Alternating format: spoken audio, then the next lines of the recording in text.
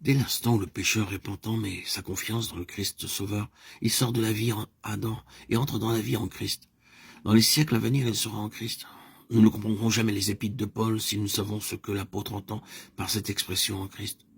Elle est la clé du Nouveau Testament tout entier. Nous trouvons cette expression ou des termes équivalents plus de 130 fois dans les épîtres. C'est l'expression la plus significative qui n'ait jamais été employée pour décrire les relations qui existent entre Christ et le chrétien. Le terme en Christ met en relief la position, les privilèges, les richesses du chrétien. Être en Christ, c'est être là où Christ se trouve, c'est être ce qu'il est, c'est partager ce qu'il possède. Être en Christ, c'est être auprès de Christ. Mais Christ est dans les lieux célestes, ce n'est donc que dans les lieux célestes que le chrétien est vraiment chez lui. Il est pèlerin sur la terre, sa patrie c'est le ciel. Mais notre cité à nous est dans les cieux, d'où nous attendons aussi comme sauveur le Seigneur Jésus-Christ, Philippiens 3:20. Car nous n'avons point ici-bas de cité permanente, mais nous cherchons celle qui est à venir, Hébreux 13:14. Notre demeure actuelle n'est qu'une halte provisoire dans ce grand voyage qu'est la vie. Pourtant, il y a beaucoup de chrétiens qui considèrent leur demeure terrestre comme s'ils devaient y vivre toujours. Leur cœur est affectionné aux choses de la terre plutôt qu'à celles du ciel.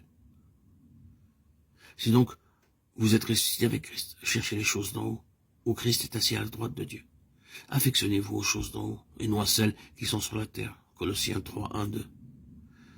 Quelqu'un dira peut-être c'est une vie bien trop élevée pour moi. Non seulement elle est irréalisable, mais elle ne m'attire même pas. Je suis sur cette terre et dans ce monde. Pourquoi ne vivrais-je pas comme les gens du monde? Je goûterai ainsi les plaisirs de la terre et je jouirai plus tard des joies du ciel.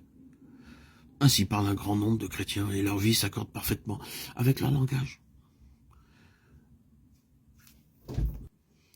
Mais nous devons nous acclimater dès maintenant à notre demeure éternelle.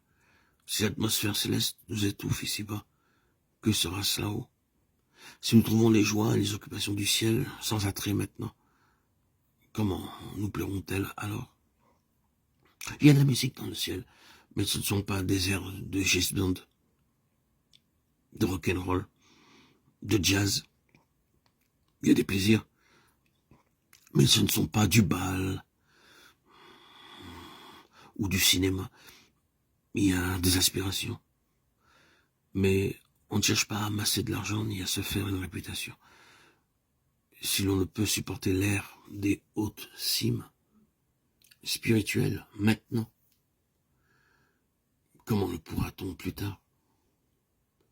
Dieu veut que dès ici-bas, nous commencions à vivre dans le ciel.